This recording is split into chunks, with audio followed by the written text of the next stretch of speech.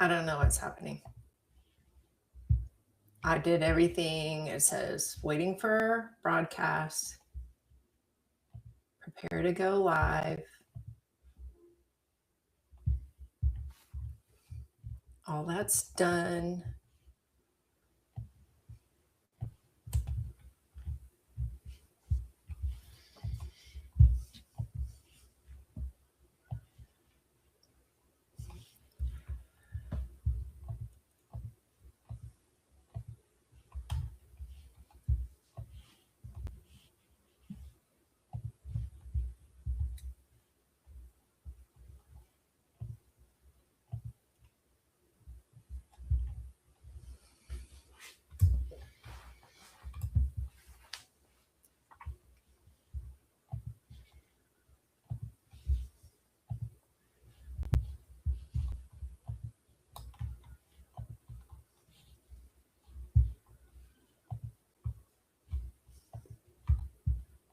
Okay, we are live on YouTube. Okay, everybody. Well, let's go ahead and get started. Hi, everybody. I am Lisa Larson. I'm founder of Mindful Corporate Mastery, and I'm here with Rasha Proctor, and she is our Chief Mindfulness Officer and a mindfulness coach here at MCM. So let's get started. I can get my slides to advance. Okay. All right. So here's what most leaders and high performers don't realize. You're not just making decisions every day, you're doing that, and those decisions are accumulating over the course of the day. You're making them at the same time as your cognitive capacity is starting to degrade. So think of your brain and the process there like a battery where things are starting to deplete, and we likely don't have a recharge or something that we're doing to reset our battery or to recharge it. The thing that happens is that every single decision that you make, whether that's a big decision or a small decision, it's pulling from that same mental reserve. And you're doing all of this, again, like I said, without a reset. Because we're conditioned for it, most people don't even realize that it's happening. In our hustle culture, we feel compelled just to keep going and going and going. So, what does that mean? You think that you're operating at your best because you've got all the balls juggling, you're seemingly looking like you have it all together. But what's actually happening in your brain is that your decision quality is quietly degrading in real time. All right, so let's geek out a little bit and talk about the science of what's actually happening. There are three forces that are actively working against you right now. The first one is what we call cognitive fatigue. And this is a real thing that happens. Over time, your mental bandwidth is, and by everybody, our bandwidth is finite. Every decision that we make is pulling from that same cognitive capacity and starting to drain your bandwidth. The second thing that is happening to us is context switching. And what that means is it's every stop, start, interruption, especially if you were doing some thinking about, maybe you're working on a strategy or you're working on a spreadsheet or a deck. Every time that happens, it's forcing your brain to rebuild the context for whatever it is that you're doing. Things like back to back meetings, text, Slack messages, somebody just popping in and saying, hey, I got a quick question for you. That is causing you to lose about 40% of your productivity or your thinking capacity. Your brain has to reset. That's why sometimes when that happens to me, I start to think, okay, now where was I? Because that's actually what's happening in your brain. The third thing that is happening is what we call pressure bias. And I know I felt it when I was an executive and corporate is under pressure, I feel like I have to respond to everything. I feel that sense of urgency, and that's that pressure bias. What happens when we feel that urgency is that we default to reactivity. We then start to pick up on assumptions, and then we think we're being productive because we're speedy. But what's actually happening is we're mistaking that speed for clarity.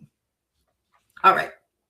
So I want to make this real for you. And I want you to spend a little bit of time thinking about your own personal clarity.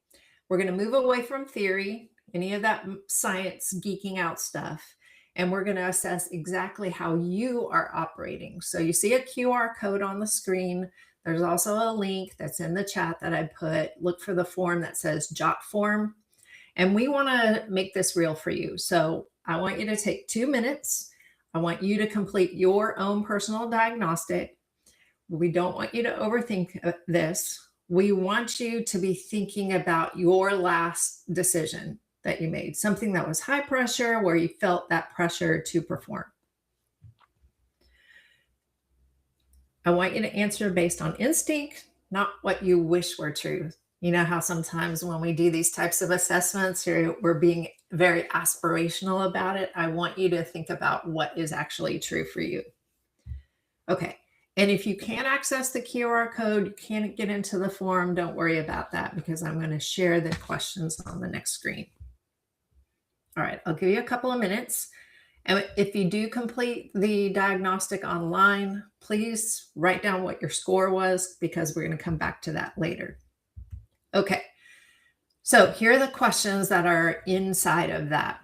And really what we're doing is we're evaluating, are you experiencing decision degradation? The first part is we don't often know, we're not aware that this is actually happening to us. And so when you do this, I want you to rate yourself. It's either a 0 for no, this never happens to me, or 4, it always happens to me, and somewhere in between. So the first question, by midday, I find myself reevaluating decisions I already made earlier in the day. The second one is I can carry multiple unresolved decisions in my head at the same time. So I like to think of this as all those open tabs that are in your brain, and your brain is mentally rolling through all those tabs in your brain. The next question is, I revisit the same decision multiple times instead of moving forward with a clear next step. Sometimes this happens to us at the end of the day. We're laying in bed and we're revisiting that decision that we made throughout the day. And some people, I know Rasha is a bit of an insomniac, but she just mentally is playing that loop in her brain while she's trying to get some sleep. The next question is around external pressure. Do you feel that external pressure, either a leader, a client, a stakeholder, and they are influencing my decisions more than I would like? So I'm feeling that external pressure to either perform or complete something. Maybe it wasn't my priority, but it's their priority. The next question, and we'll get into this a little bit more as Rasha picks up and talks about our program and our framework, is I move forward with decisions without fully separating facts from assumptions. Sometimes when we're in urgent mode and we feel pressure, we act quickly, we make a decision very quickly, and we may not be operating specifically from facts. The next question is, I delay decisions, not because I lack information, but because I don't fully trust my judgment in the moment. So sometimes we may procrastinate because we might be afraid of somebody else judging you for making that decision. So we just kind of kick the can down the road. The next question is, I take the time to reset mentally before making important decisions. So do you have any process or things in place to, when you're in a meeting and you're ready to go to the next one, do you take some time to pause and reset before you go to the next one? And then the last one is, I move from one decision directly into the next without pausing to recalibrate. In our environment, yeah, okay, top of your class. I see some comments coming back. So I move from one decision directly into the next without pausing to recalibrate. And sometimes, again, this is something there's no judgment here, but especially when we're going from meeting to meeting, back to back to back, we can roll from one decision to the next one without even thinking about what's happening. All right. Okay, so Rasha. Now we set the stage. I set the stage with what's happening in your brain, how you're making decisions, and now we're going to give you some relief. So we've developed a tool, and Rasha is now going to take you through the steps of how to approach those decisions in a different way. Okay, Rasha. All right. Thanks, Lisa. So, welcome to GEAR, everyone. GEAR is a decision making framework that we developed. It is rooted in thousands of years of tranquil mindfulness and analytical meditation techniques. And the purpose of it is to help the practitioners, you, is to remain calm, grounded, and steady while thinking clearly and creatively under pressure. And of course, we took the processes and these techniques and modernized them for today's world. Basically, GEAR is a loop, and it goes in the form of you start by what we call grounding. And in grounding, what you're trying to do is stabilize the nervous system and calm the body.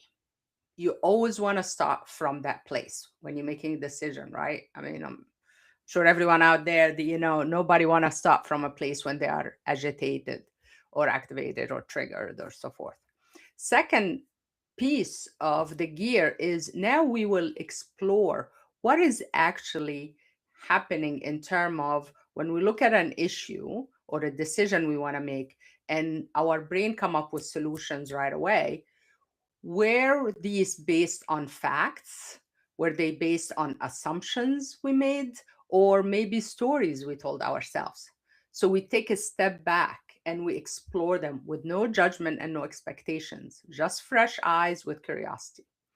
The third piece of it is attunement, which means is you connect, you stop paying attention to the pressures coming at you internally, externally, and also try to view them from the point of view of how much of these pressure are real and how many of them are assumed and impacting me.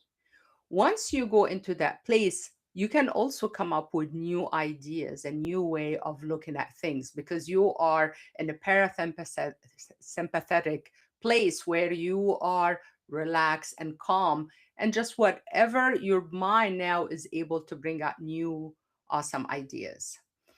The final piece of GEAR is resolving to take small measured steps.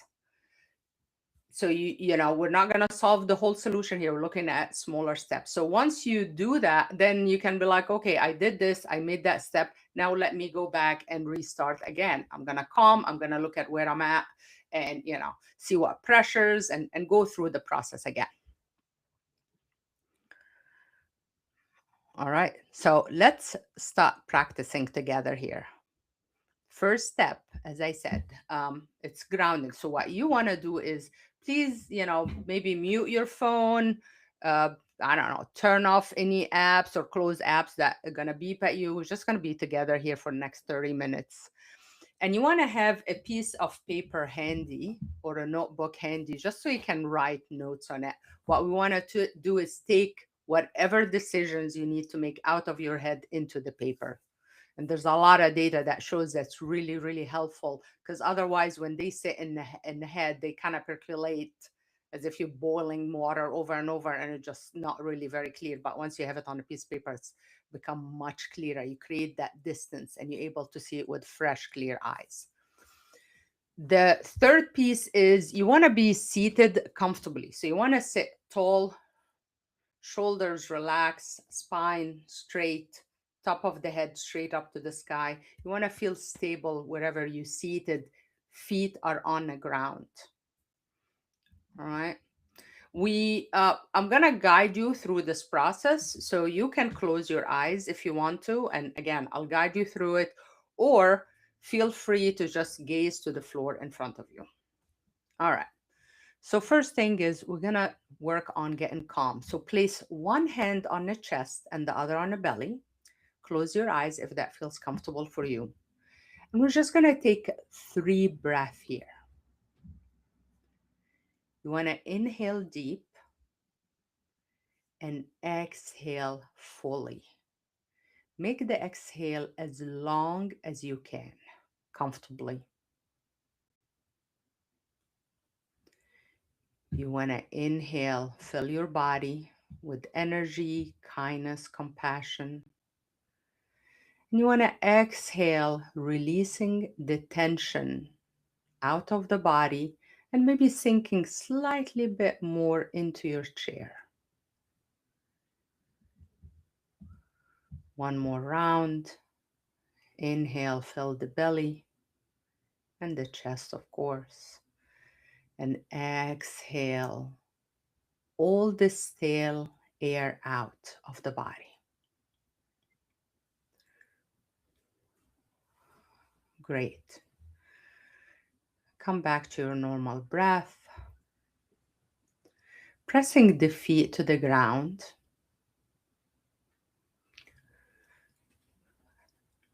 With your mind's eyes, looking at your body, ask your legs to relax.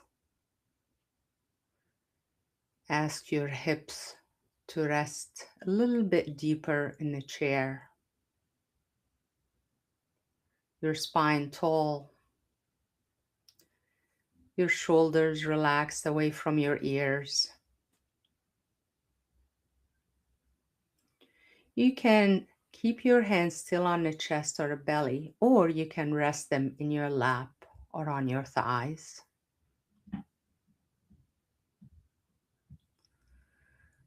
Unclench your teeth. You may notice the tongue is resting on the roof of the mouth or behind the front teeth. Clear the forehead if you are frowning.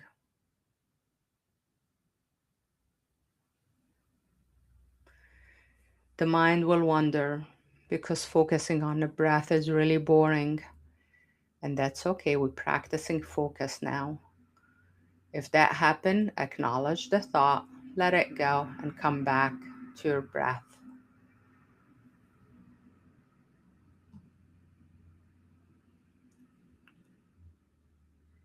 One more round here of breath.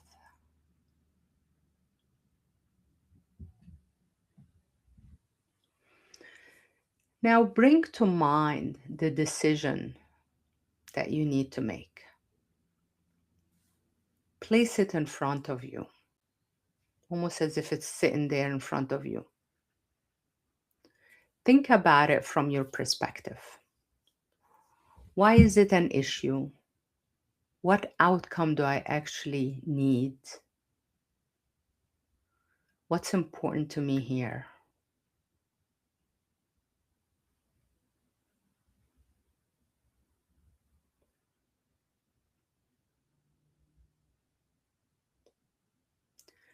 And when you're ready, go ahead, open your eyes and write down whatever came up to your mind regarding the decision and possible solutions or approaches.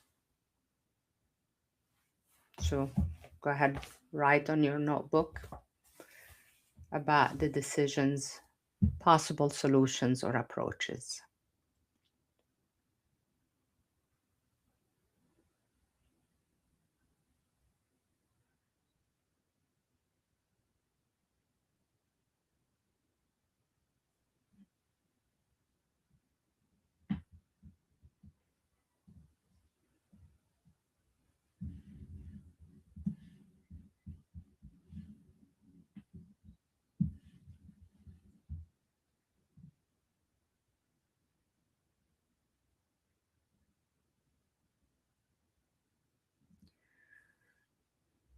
All right.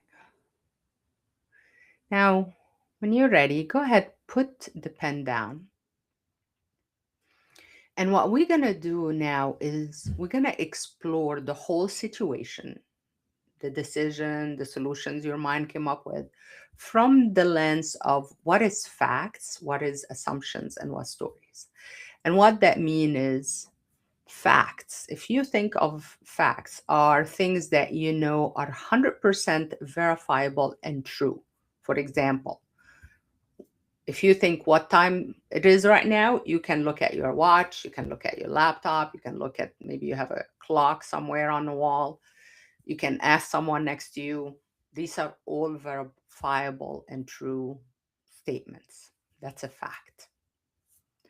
Assumptions, on the other hand, are things that we believe to be true, could be based on past experiences or something someone we trust told us, but they are often prediction of what will happen.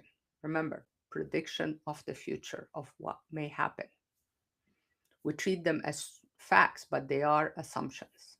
Example: Alaska is cold in May. Is that true? Maybe they are having a hot wave. I don't know. Unless you have actually checked the weather in Alaska today, it's an assumption that most people assume it's really high up north, therefore it still remain cold for, I don't know, until June or even July. So that's an assumption. Let's move into the third piece, which is stories. Stories are interpretation we tell ourselves from a situation, and they are often very emotionally charged. So, for example, going back to the Alaska story, is I tell you, all right, you're going to Alaska. You are either excited to see snow, or you may be dreading it because you're like, oh, I hate snow and I hate the cold. But now you're going to go home and start actually making an action based on that. So now it's you taking an action based on a story you told yourself. So here's what we're going to do. Look now at what you wrote so far in terms of the decision you need to make and the solutions or approaches that came to mind. And I want you to look at them and write next to each statement that you have F for a fact, A for assumption, S for a story. If you feel yourself getting too excited, come back to center and take a couple of breaths to center yourself and feel grounded. That's very, very important as you make important decisions.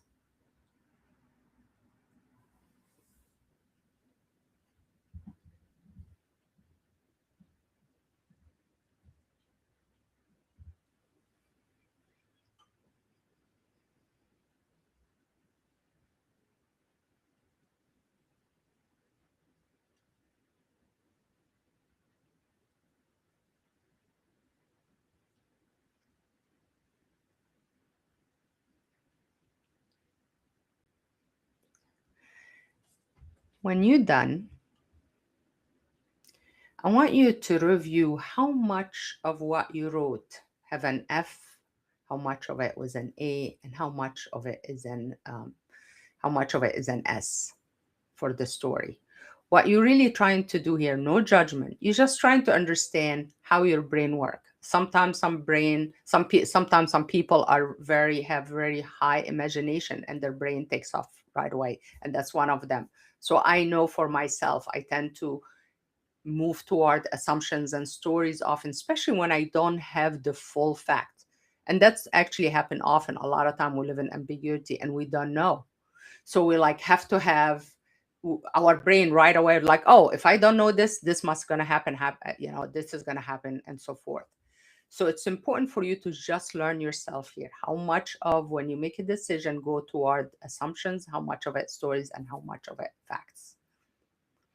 And the reason we want to really do this, and it's very important, is because when you know that you made a decision or approach or a solution, you came up with something based on certain number of assumptions or stories, maybe that's the only way you can move forward. At least now, one, you are aware of it. Two is you know that it's additional facts may come up for you, and now you're going to have to pivot or make new decision, or so you're not so attached to like, no, I know this to be true. because in the back of your head, you set it up as an assumption or a story that you had to make so you can move forward. All right. Okay, put your pen down and just let's rest back here. And let's take a couple breaths, finding our center and then our ground again before we move into attunement.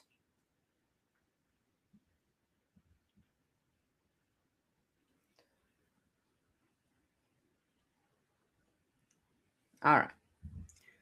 Coming back, looking again at what you wrote so far. Here's what I want you to do. New page. From the decisions you had to make and the solutions your mind came up with, I want you to write all the different pressures you feel, internal pressure, external pressures, and just write them with simple words. It can be time pressure. I don't know, you have to pay a bill tomorrow. That's a time pressure. Or the executive is expecting, or your boss or your executive is expecting certain, I don't know, have certain expectation for you to finish something by next week. That's an executive pressure. Or maybe you're feeling your own internal pressure to have a certain goal, meet a certain criteria. So I want you to name all the pressures that you are feeling. Revenue, money, executive, business, partner, time, risk.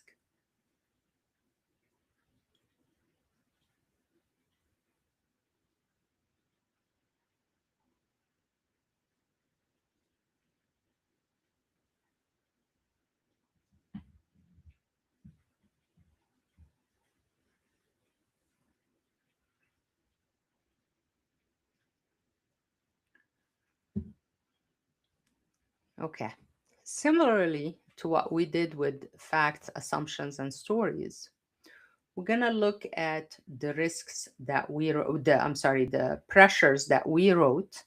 And I want you to write next to each one of them R for a real pressure and A for an assumed pressure.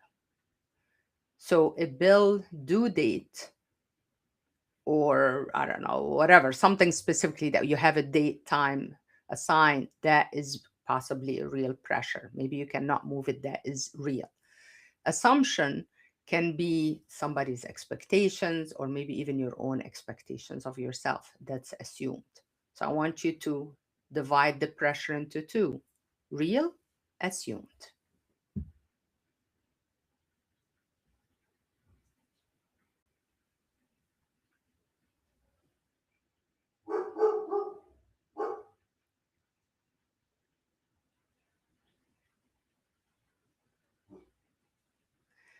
This step is really, really important. A lot of people skip it. And what happens is when you skip this step, you end up solving for symptoms instead of the root cause of the issue.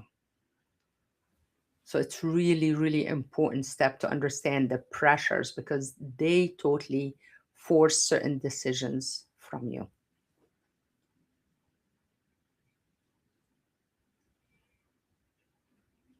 All right. If you're done, come back to center. Just take 1 or 2 breaths here.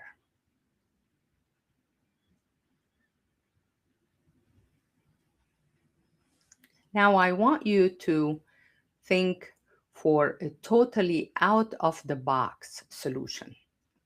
Something you generally don't do, or a solution you really maybe didn't consider because you thought it was too radical, too wild.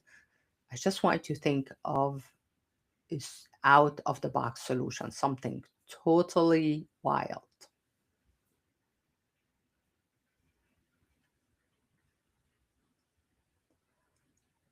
Next, when you're ready, now I want you to see if you can fold it into the current solutions that you came up with.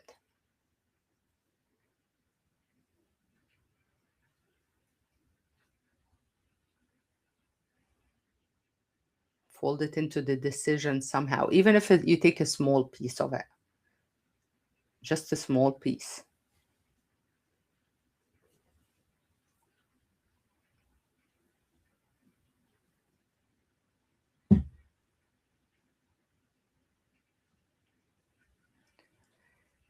And that can be anything, really. It can be, I don't know, asking for more time, more money, talking to a mentor, talking to a friend.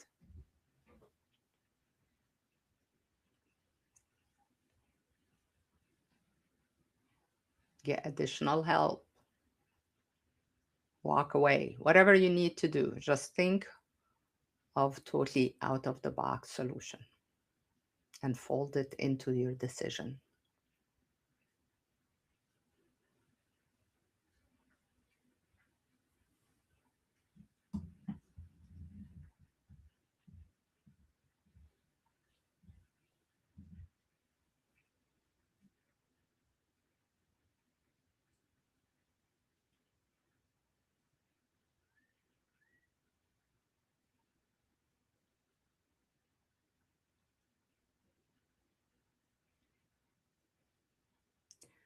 Okay. All right. We're almost there. So now, looking at what we have so far. So we have a decision. The brain came up with solutions. We separated facts, stories, and assumptions. We looked at the pressures that we have on us, what's real, what's assumed, maybe come up with out of the box solutions or way of looking at it or a decision. Maybe we're able to add it in. Now for the final step, I want you to see what can you do for a next step that will move the whole decision forward by 1%. Just one simple measured step. 1%. Just next step. What we're looking for here is progress. Maybe a little clarity, maybe momentum, maybe more information.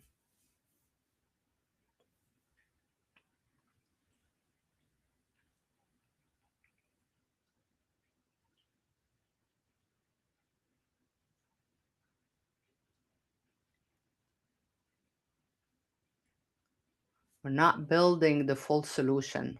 We are building the habit that when we are in an ambiguous situation, we just want to move forward still, even when we don't have the full picture, taking steps, moving forward, and things become clear as we go on.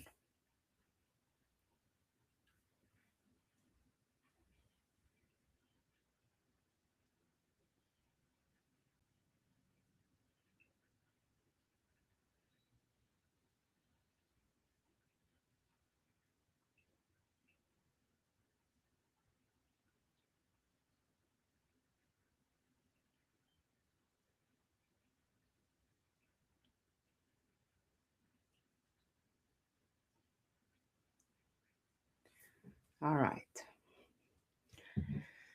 And when you're done, go ahead, put the pen down, come back to a comfortable seated position. Close your eyes if you're comfortable with that. Maybe place one hand on the chest and the other on the belly. And we'll just take 5 breaths here. Feel the warmth, the weight of your palms.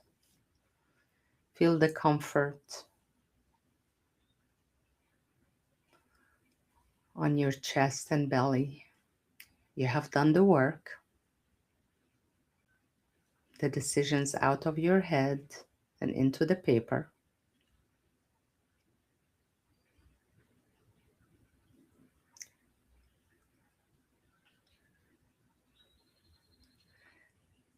And I want you to feel gratitude for yourself, for showing up for you when you need it, for your brain to help you through it, for your emotions to guide you, for your body to let the work get done, for your intuition, your logic.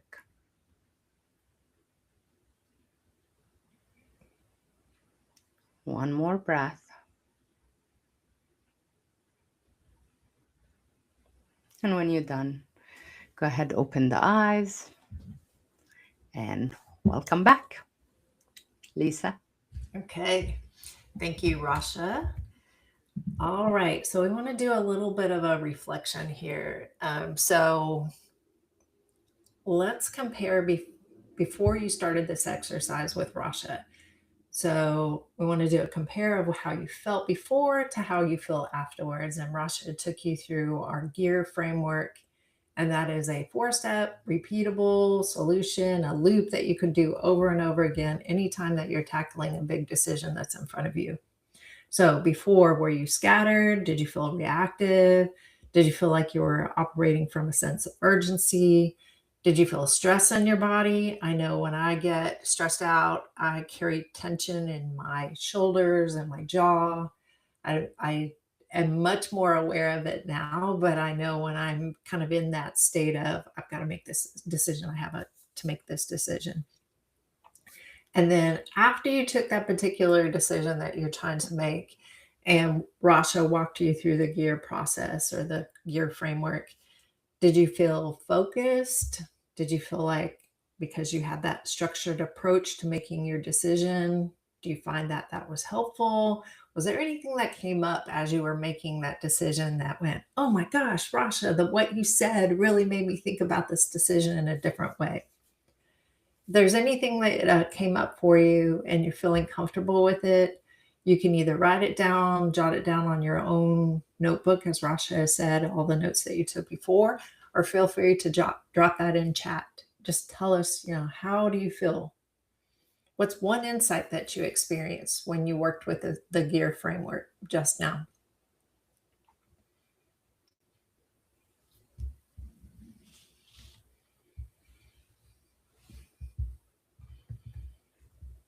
Okay, let's move on.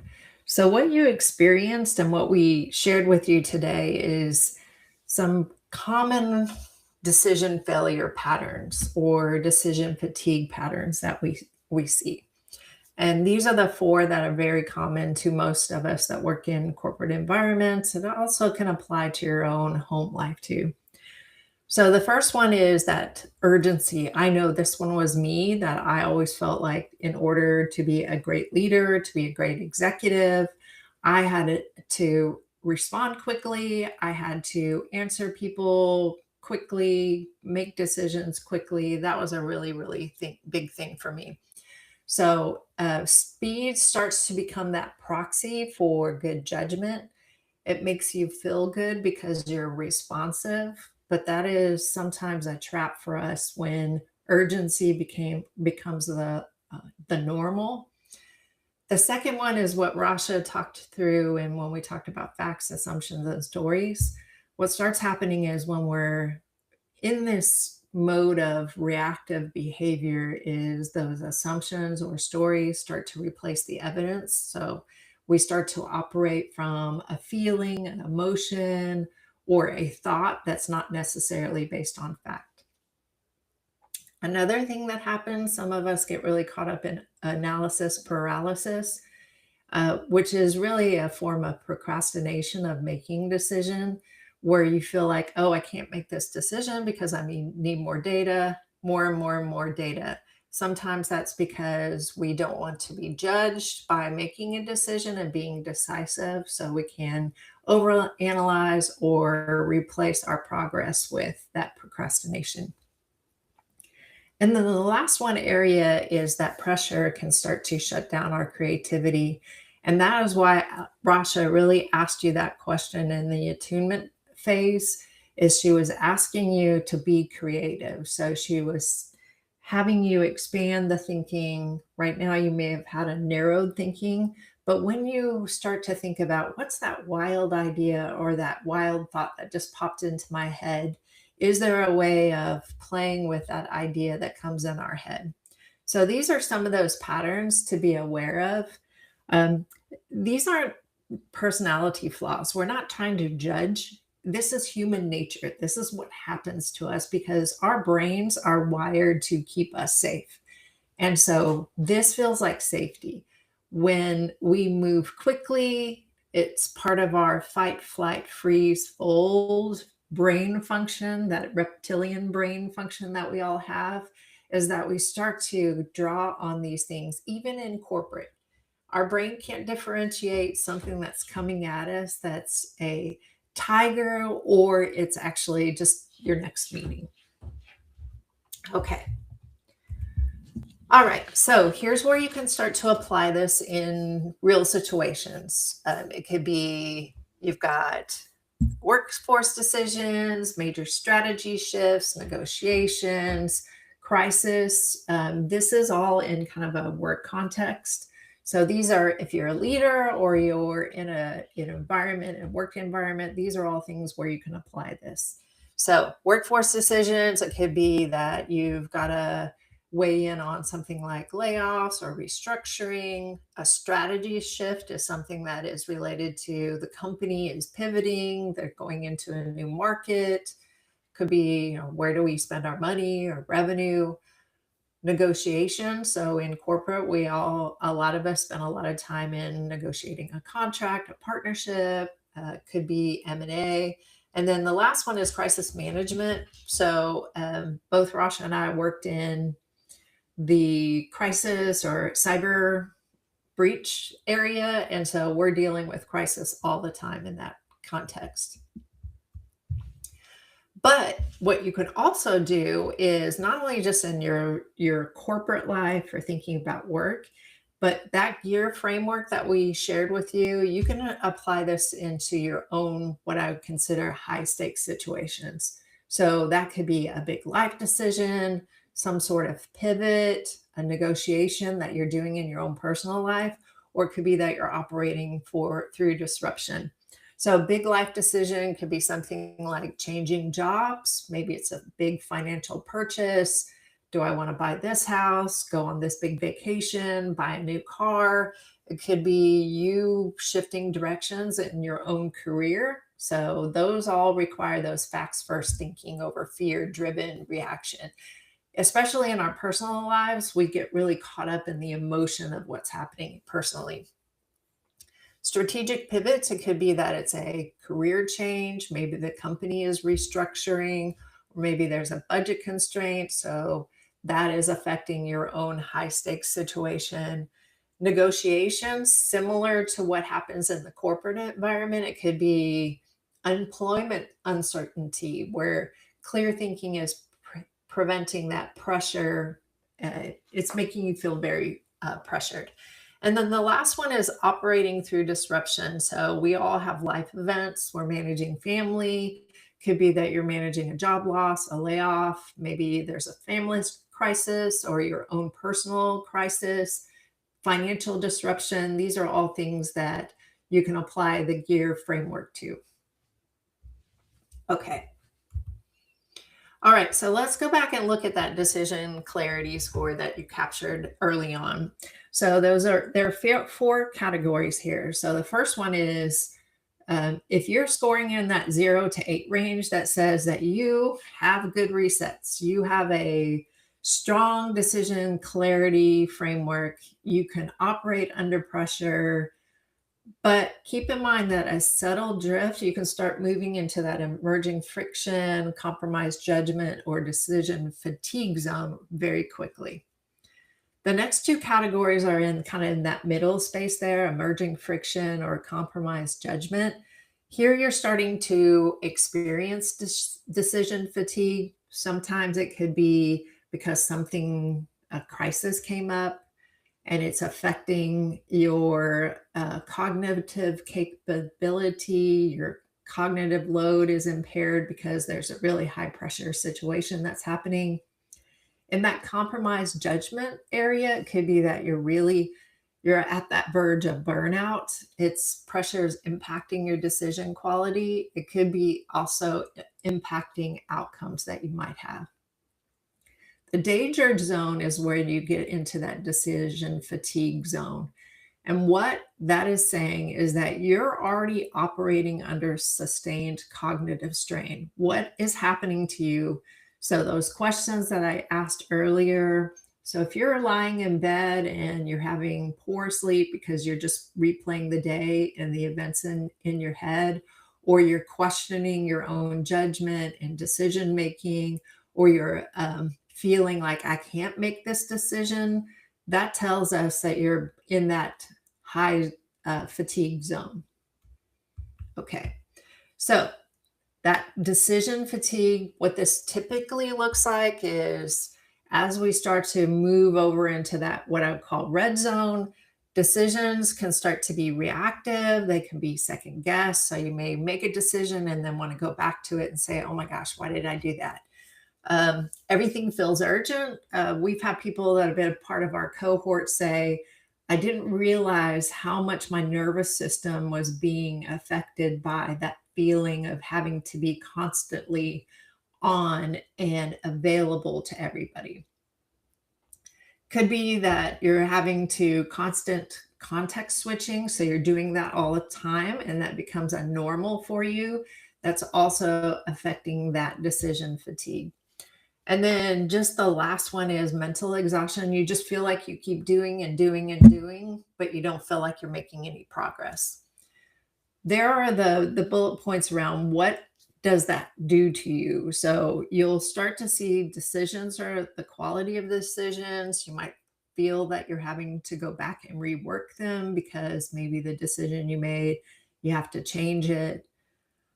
There could be lost time from waiting to make a decision, could be inefficiency, reduce effectiveness and team impact. So if you're a manager or a leader, your team will start to pick up on it, and also your peers and your boss can pick up on it. And then the last one is people start to redline into that burnout where they start to imagine, oh my gosh, I don't know if I can keep doing this. I might go look for another job or something like that. So, what we are offering is you can do a 20-minute decision clarity session with me. This is totally free. If you go back to the chat, there is a link to my calendar in there, and you can schedule some time with me, and we'll go through those in a little bit more detail. Okay. All right. So now we're getting close to the end. We just have 2 more slides. We'll open it up for questions. But once you've experienced the power of the GEAR framework that Rasha took you through, what you did was you brought a decision that was weighing on your mind. Hopefully you got some clarity around what's the one next thing that you need to do. You spent some time, Rasha, before you started making the decision, she grounded you so that your nervous system has an opportunity to calm down. She had you explore, when I make this decision or I think about this decision, am I operating either from facts, assumptions, or stories? She made it write it down, because when we get things out of our brain and we put them on paper, we get more perspective. We can see the solution. And we've had people like, oh my gosh, when I actually wrote this down, I saw the pattern. It was easier to see it because I wrote it down. In the attunement phase, what Rasha did was have you step back a little bit from the solutions, the ideas that you have of how you're going to solve or make this decision. She had you step back a little bit and start to articulate or think about, what pressures are you feeling? Is it internal pressure? Are you feeling driven? I've got to make this decision, or somebody else is making me make this decision. I'm feeling that pressure, and she labeled it. So you had an opportunity to do that. And then in the resolve step is you actually did that 1%. Move the needle, move the decision forward by 1%. So you can continue that work with us, and we have a couple of different options here. The first one that's all the way over to the left is, if you feel like, hey, I really like this, but I want to bring it into my organization or to my team. Now I can give you a little bit more detail around, what is that cost? What is it costing you every time that you're delaying this decision or you're not spending time on figuring out how to do this better. The one in the middle is what we call our leadership clarity workshop. And this is, now let's bring that framework. Typically it is you're working on a specific problem with the team. It's in a 1-day intensive. We come on site. We identify decision bottlenecks or things that are friction points for you. We start to create alignment across the team on what are the priorities, how are we all going to operate together. And then the last one is our Awakening Performance cohort. And this is typically, so the workshop is more for the team, and the Awakening Performance is either for you or somebody on your team. And this is a 12-week structured program. It is designed to help you build the habit. We build habits in 90 days. So if anybody's done any of those atomic habits or anything like that, when we spend 90 days on something, we start to bring that new pattern into our daily life. So it's a 12-week structured program. We apply real world decisions using the GEAR framework. So a lot of that running through the framework that Rasha shared with you, but we apply it to real world situations that we all deal with. You know, for example, somebody sends you an email and you get reactive. So we're going to give you some protocols of what to do and how to bring yourself back online and deal with that situation. And this is really best for leaders that are looking for repeatable decision frameworks that work. Okay. All right. That is our last slide here. So if anybody has any questions, feel free to drop those into chat and we'll answer your questions. Okay, I see somebody had said, I felt grounded, which is really hard for somebody like an ADHD, ADHD like myself.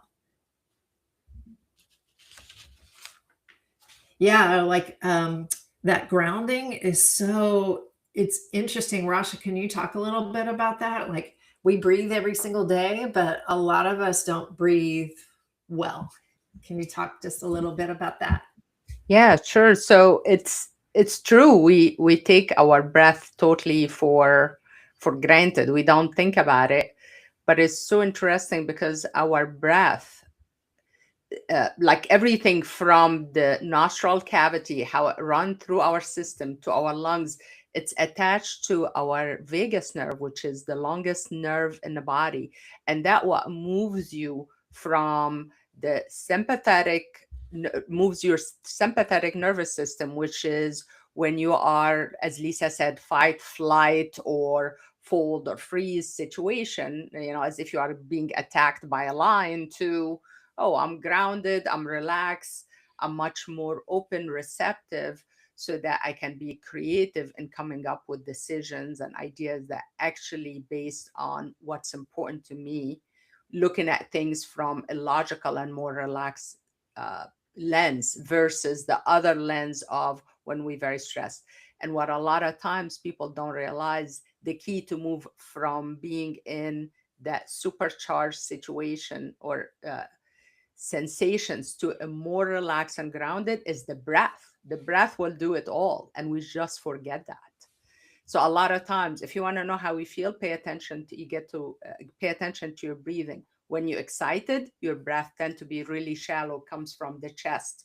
When you are much more relaxed, you'll use the all three chambers of the chest, which is the upper, middle, and the diaphragm right there, right above your belly. So that's why sometimes you hear people say, do belly breathing. That's where that comes from. Yeah. Yeah. Thanks, Rasha.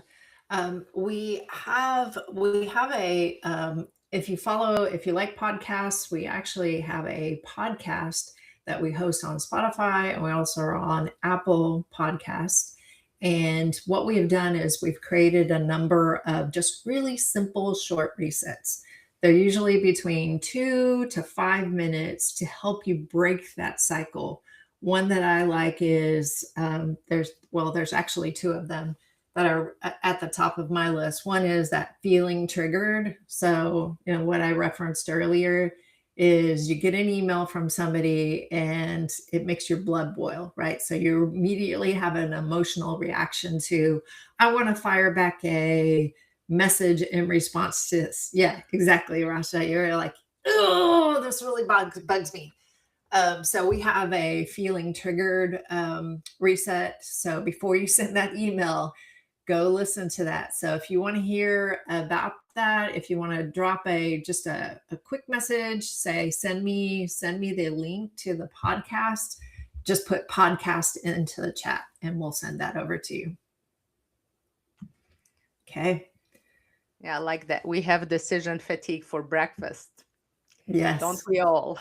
Yeah, actually that brings up another reset that we have, which is before you open your phone. And now I know that if you want to listen to a podcast, you're going to have to open your phone.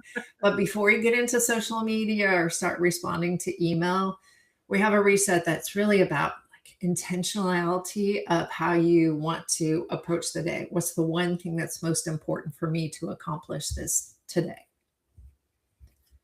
All right. Okay, well, we are at about time. If there's any additional questions, feel free to drop those into chat. If you'd like to get a link to our podcast, just type podcast and drop that into chat. And you can follow us on YouTube for more content. You can follow us on our Instagram, Mindful Corporate Mastery, or you can follow either Rasha or I or both of us on LinkedIn. Both Rasha and I do newsletters. So I do one that is more from the leadership point of view. So as my experience of being an executive, like my thoughts around what that does to you and how your brain shifts as a leader. And then Rasha does all kinds of things around mindfulness. And then just as a corporate employee as well, Rasha does things from her perspective. Okay. I see where we've got somebody that's asking for the podcast link. So we will definitely share that with you all. Yeah. And we have also Mindful Corporate Mastery. It has a page. And as we build the following, we will start running these sessions through the page as well on LinkedIn. So yeah. All right. Okay. All right. Thanks, everybody, for joining us wherever you are located. We appreciate you all. Thank you. Thank you.